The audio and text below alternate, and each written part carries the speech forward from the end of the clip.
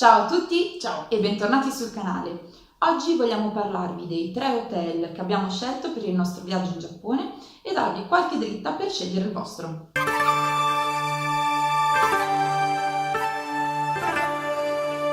Il Giappone è un paese vario e ricco di hotel e di sicuro non vi sarà difficile trovare la sistemazione che fa al caso vostro con il vostro budget. Ci sono ostelli, internet caffè, capsule hotel, molto tipici in Giappone. Sono degli hotel particolari. Essenzialmente composti da cabine lungo un'intera parete, vengono utilizzati dai lavoratori giapponesi che appunto, essendo molto dediti al lavoro, fanno parecchie ore in ufficio e spesso perdono l'ultimo treno per tornare a casa o non hanno il tempo materiale per tornare a casa e poi tornare in ufficio. Quindi si fermano a dormire in queste cabine come le cuccette delle navi. Sono dotati di tutti i comfort, c'è la televisione, c'è il pigiama, babbucce, tutto quello di cui potete avere bisogno, però lo spazio è veramente ridotto. Proprio all'osso, lo spazio di un materasso, di un lettino. Esatto. Poi anche l'aria condizionata, tante cose. Sì, c'è tutto, però ecco, se viaggiate con dei bagagli grossi potrebbero essere scomodi perché non c'è lo spazio fisico dove lasciare il vostro bagaglio.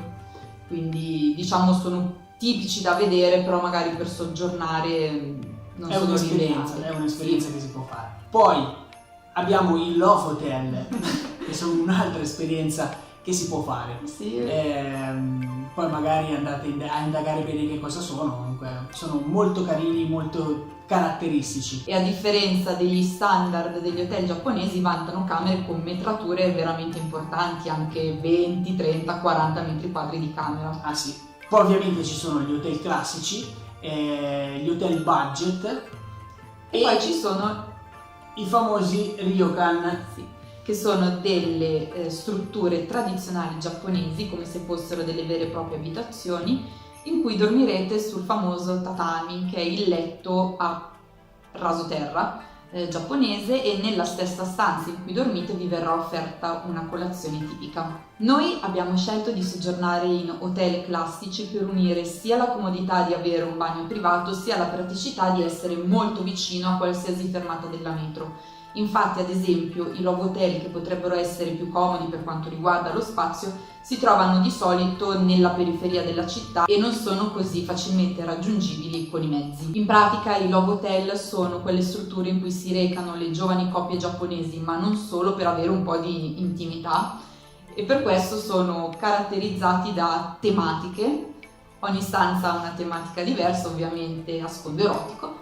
Molto simpatiche. Sono simpatiche, è un'esperienza, se volete farla non temete, sono sempre molto puliti, ci sono tutti i servizi di cui potete aver bisogno, però ecco, magari non sono comodi, non sono pratici a livello di spostamento, ma per il resto assolutamente sì. E tra l'altro una curiosità, se voi li doveste diciamo noleggiare a ore vi costa uno sproposito. Ma se doveste invece affittarli per qualche notte, quindi come un normale hotel, esatto, avete dei prezzi veramente allineati, a volte anche inferiori agli altri. Sì, è una questione di scelta, insomma. Esatto. Tenetelo presente. Diciamo che appunto, come diceva lei, non sono tanto comodi se avete bisogno di praticità nel muovervi coi mezzi, perché sono appunto un po' periferici rispetto al centro, insomma. Un consiglio importante invece: cercate di fermare il prima possibile gli hotel.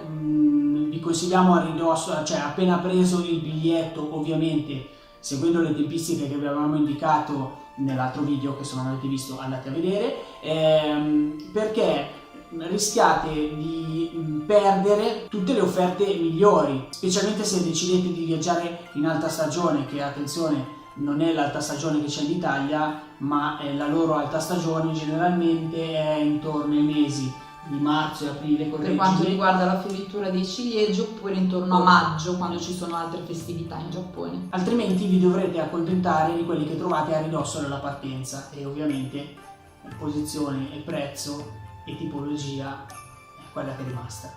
Noi ci siamo affidati a Booking, che è il sito di riferimento che utilizziamo praticamente per ogni nostro viaggio, e negli anni è andato notevolmente migliorandosi, aggiungendo tantissimi filtri di ricerca e una parte molto importante, quella dei commenti dei viaggiatori verificati, ovvero le recensioni fatte da persone che sono effettivamente andate nell'hotel e che vi possono dare un feedback molto realistico. In generale noi fermiamo hotel con diritto di cancellazione gratuita, ovviamente all'interno di una certa data, no? Questo ci permette di fermare delle strutture che corrispondono, diciamo, alle nostre esigenze e con calma poi fare un controllo incrociato con anche foto e recensioni di TripAdvisor, che vi consigliamo vivamente di consultare, perché comunque è una ulteriore conferma da parte dei viaggiatori e vedete spesso le vere foto e non quelle che gli hotel propongono. Questo in generale per tutti i viaggi che fate.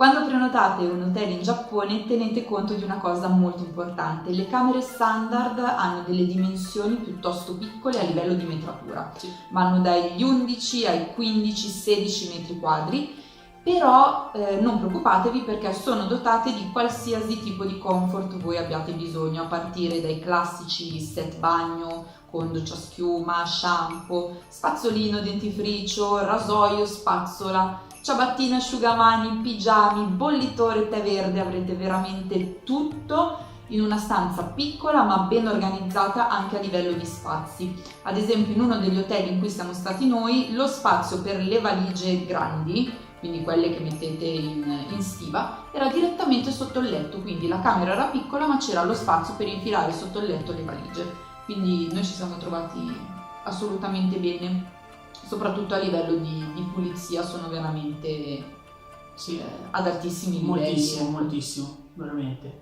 E comunque vabbè, è questione di abituarsi un attimo, partite già con l'ottica di non avere la suite da 300 metri quadri, soprattutto se volete viaggiare con un budget abbastanza anche economico. Esatto, esistono anche in Giappone ovviamente le grandi catene famose, Hilton e compagnia bella, che vi offrono suite eccetera.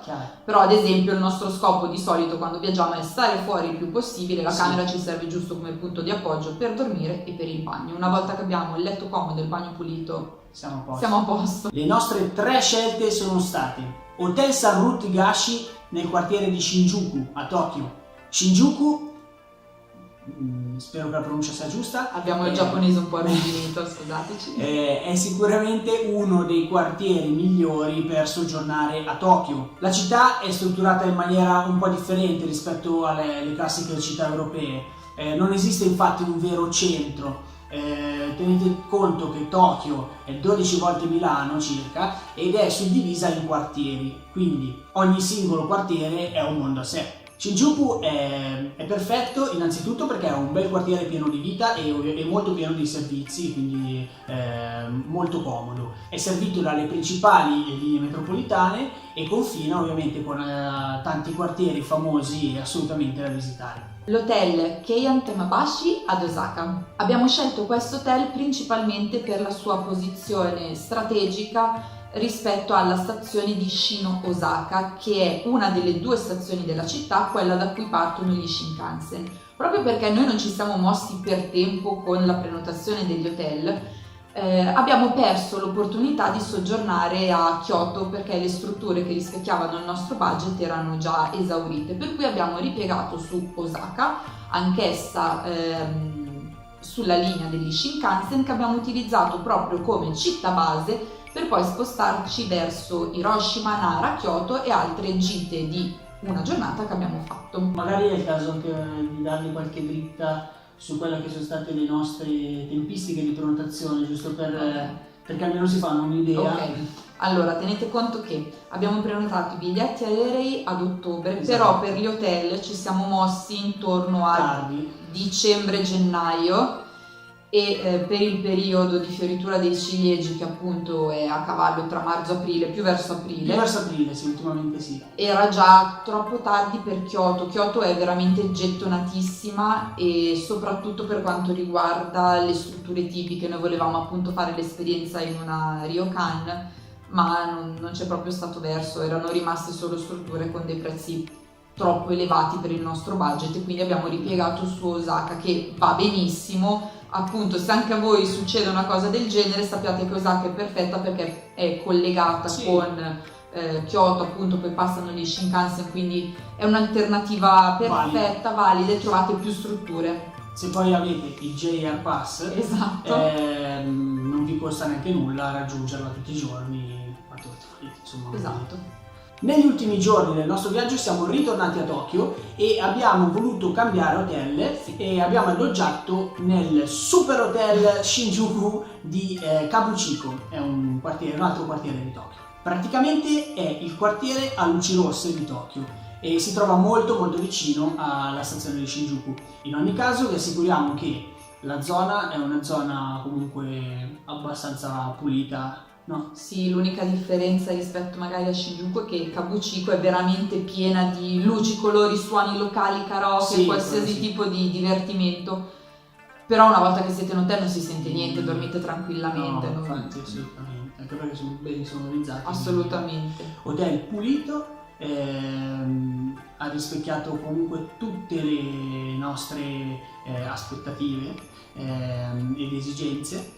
E ha rispecchiato anche le immagini messe su Booking, sì. Per questo di tutti questi hotel avete visto le immagini prese direttamente dal sito perché sono perfettamente realistiche. Confermate da noi. Assolutamente. È comunque moderno e con la possibilità, e questa è una chicca, di poter scegliersi il proprio cuscino personalizzato per la notte. Come sempre noi speriamo che questo video vi sia stato utile. Vi ricordiamo che nell'info box trovate un link a Booking attraverso il quale prenotando otterrete 15 euro di sconto, quindi se volete è a vostra disposizione. Non dimenticatevi di iscrivervi al canale per continuare a seguirci e noi ci vediamo al prossimo video. Ciao!